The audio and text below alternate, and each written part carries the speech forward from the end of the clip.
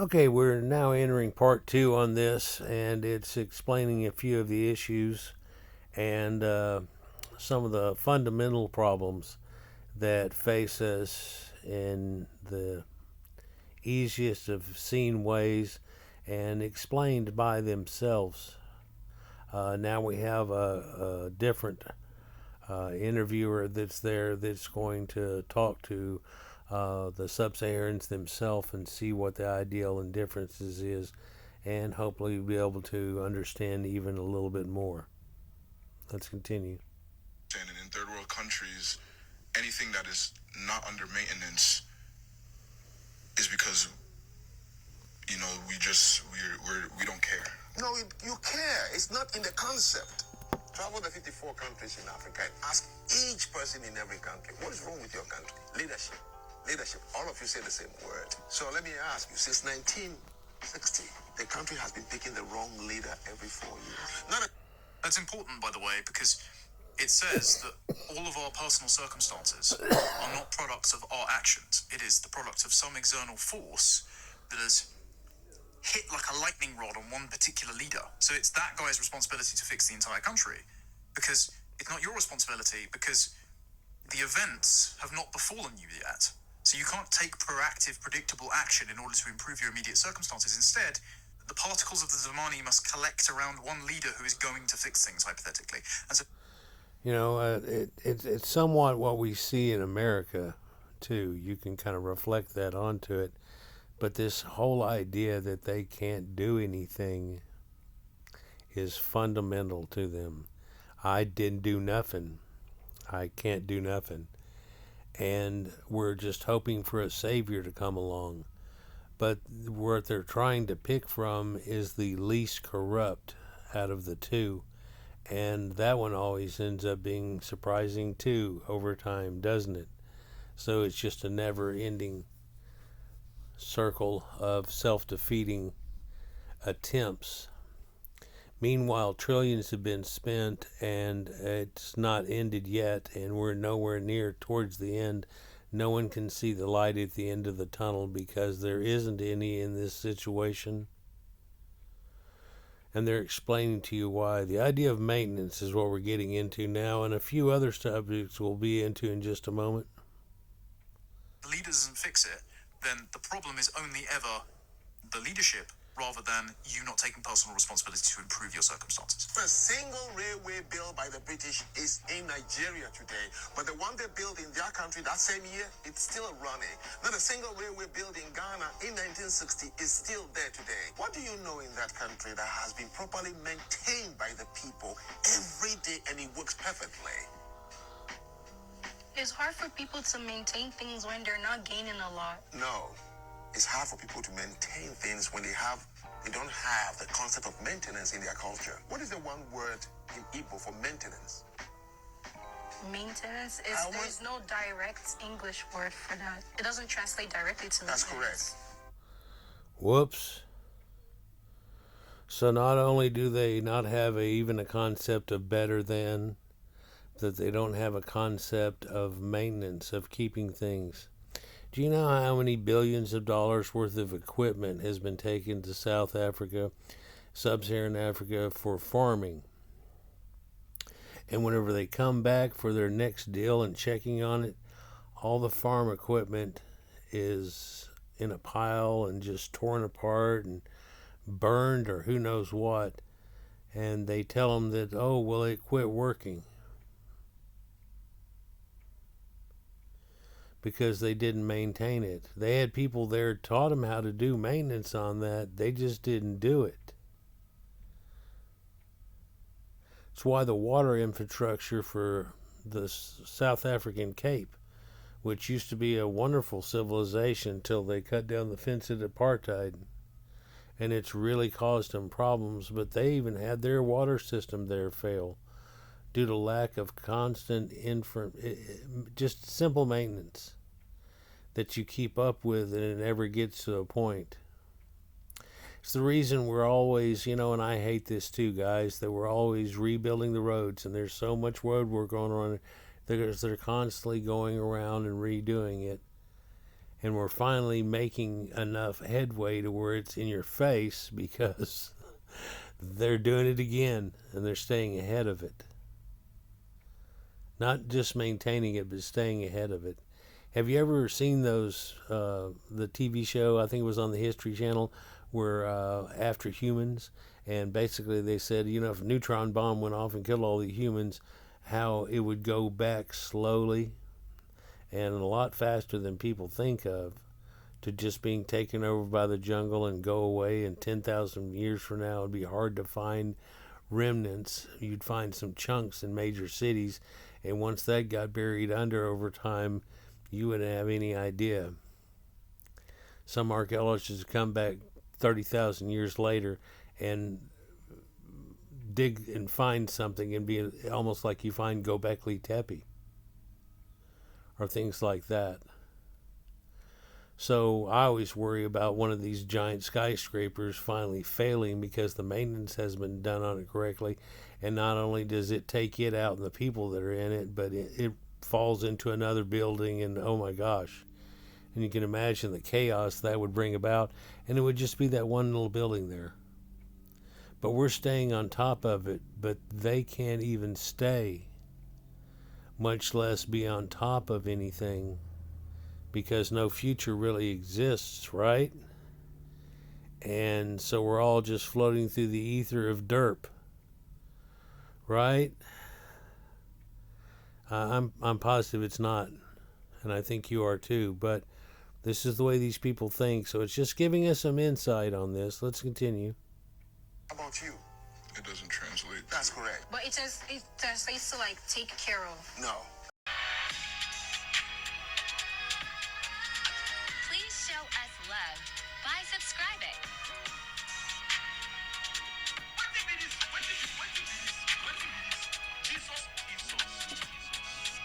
First generation and second generation African immigrants to be the custodians of our civilization. Not only do they have no reverence or frame of reference for our culture, they don't even have a word for maintenance. Like, they don't know what they're meant to do with the things that they have inherited, that they're currently using. They just run them into the ground and move on. This is why we have the slums and the ghettos, because they don't upkeep their neighborhood and everything. And it's always been kind of a joke, as the fact that they have, they make their car look good. Oh, they make their car look good, and sometimes it's worth more than their house. And it's just all falling apart, and they won't do anything. They don't have any yards in many cases. It's just, it's a mess with what they think is a cool car, because now they finally got some white people's car with a good white people paint job on it in front of their house, and they seem to have something that's worth it or worth some value, and they're not realizing the tree for the forest. They just leave them there in disrepair.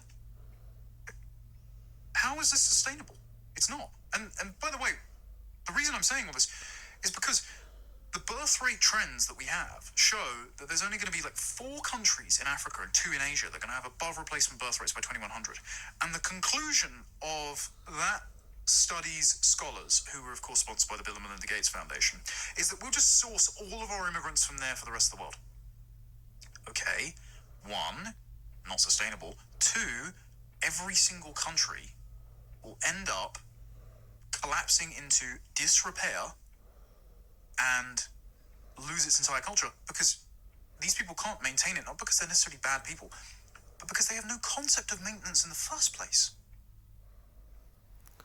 So you see the issue here. We're going to try to help these people out by ruining the world. I mean, once it gets ruined, who's going to help people out? How's Superman going to be able to do any of this while he's got a pocket full of kryptonite? It's unfeasible. And yet we seem to be running headlong into a tunnel that doesn't have a light at the end of it. And it's all in the mode of virtue signaling and trying to prove you're not a white supremacist because we built everything that's in front of everybody and everybody wants to live around us. And if I could just influence your society enough to ruin it, then we'd feel better about it because we'd be closer to each other. I mean, we're shithole country, but then if we could get you to not be spacemen, being able to save yourselves constantly and the rest of the world simultaneously, then what will we have if that gets ruined, people? What will we have to be able to fix it?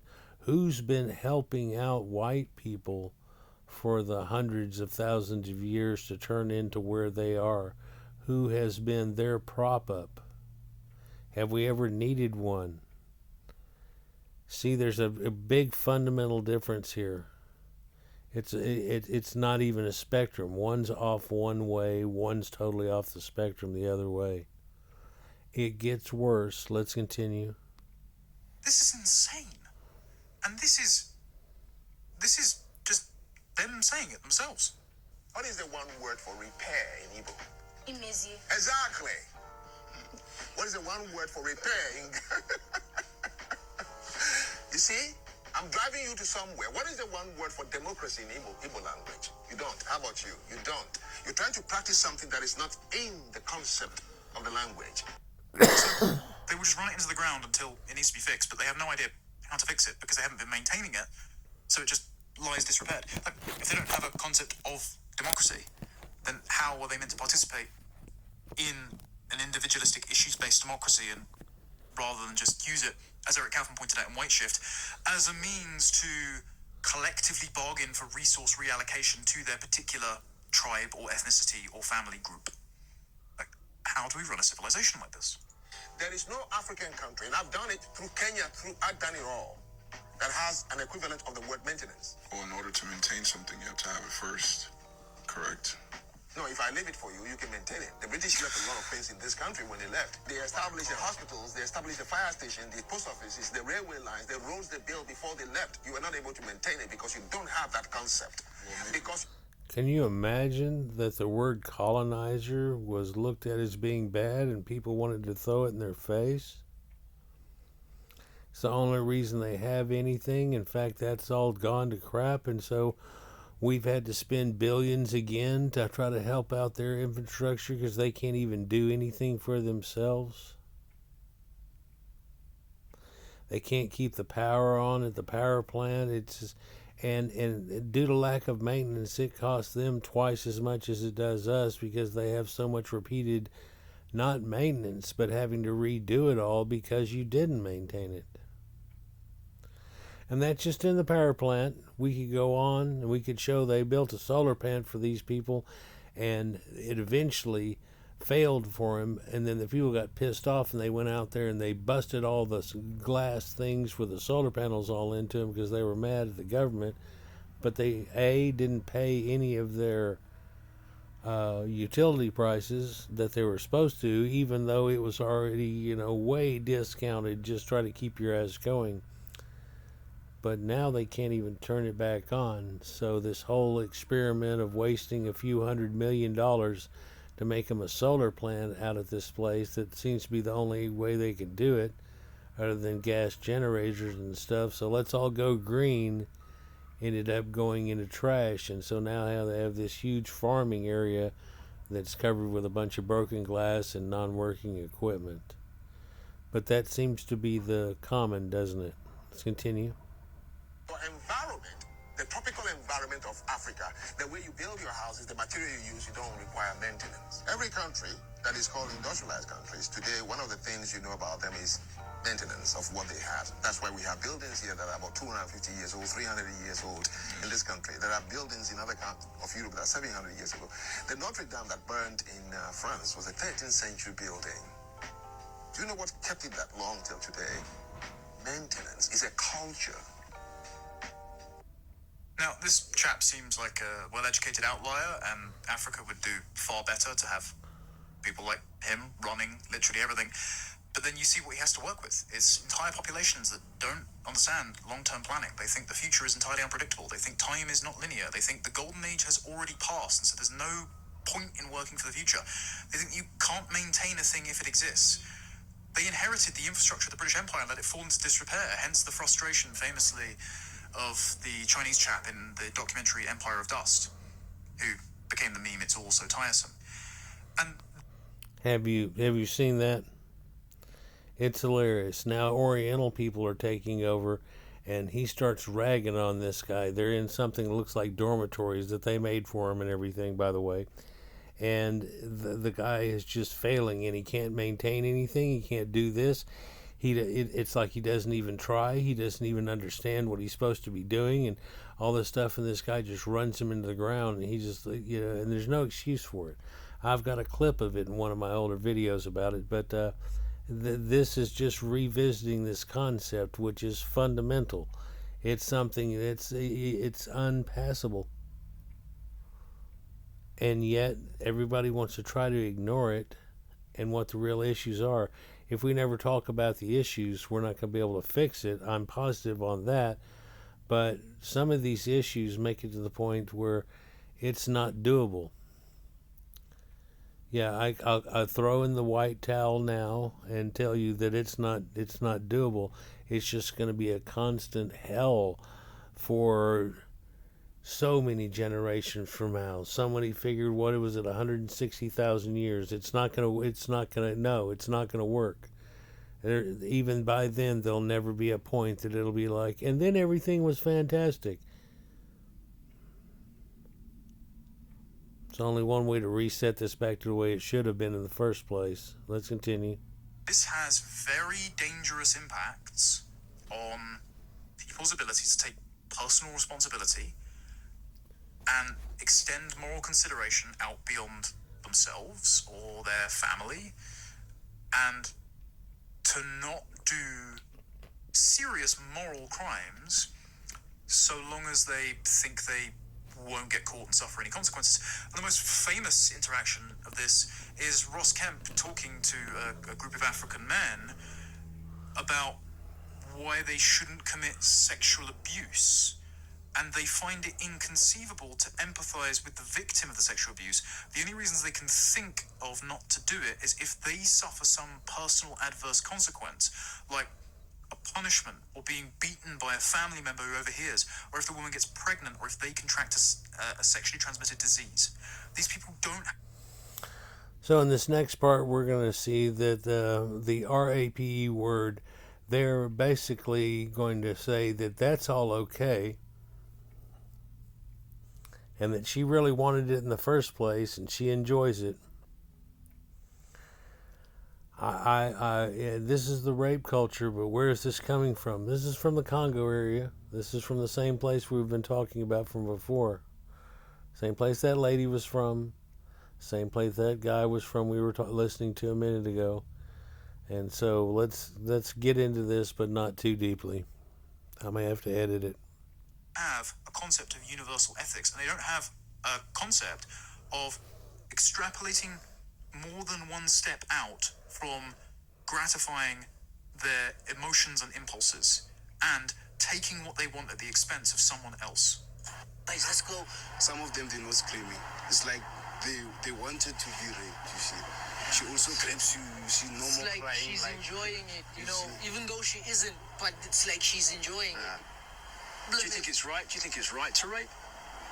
Yeah, it's wrong. Yeah, it's wrong. What about the consequences of what you're doing in terms of how that affects the Exactly. person that's raped? Yeah, the consequences, we look at that all the time, you know, because it happens, she might scream, you know, people might wake up. A lot of people, especially. I'm not just talking about, I'm talking about the emotional effect, the physical effect it has on the girl. Yeah. Sometimes we know that we might rape her and wake up tomorrow with viruses ourselves, like HIV, you know. What about...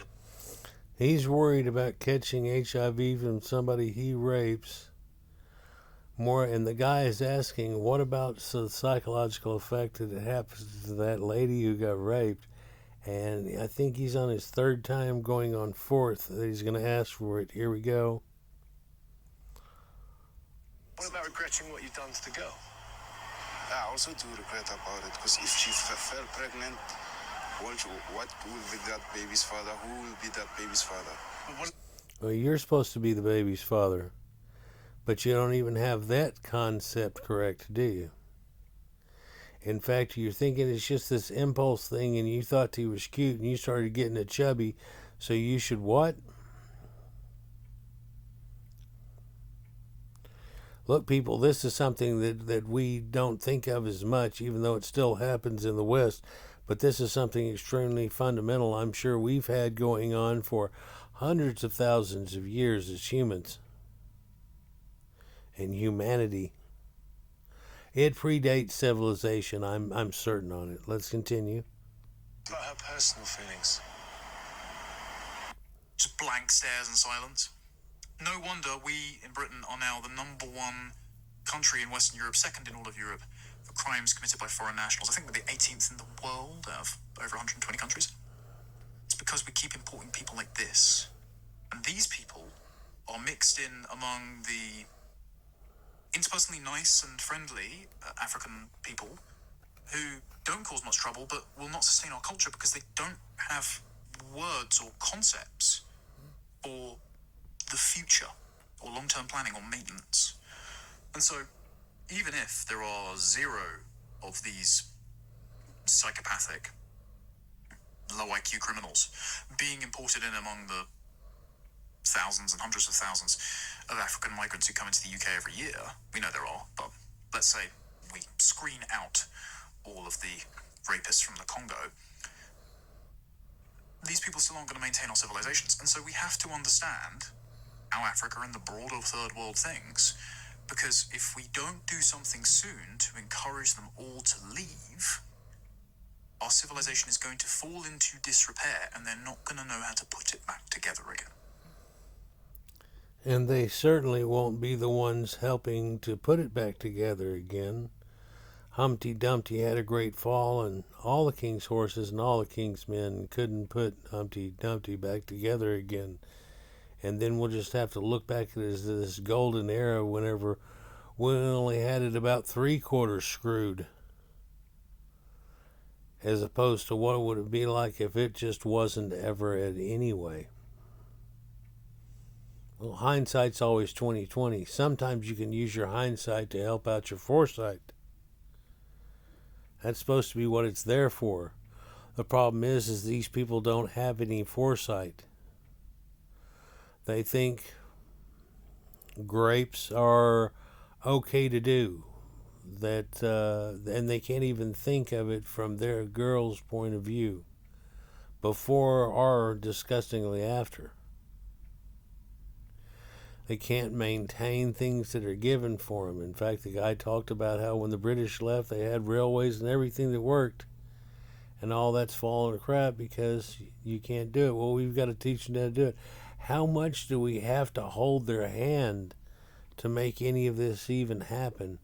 We're getting in the gazillions of dollars and so many resources all for these one people that should have never been messed with.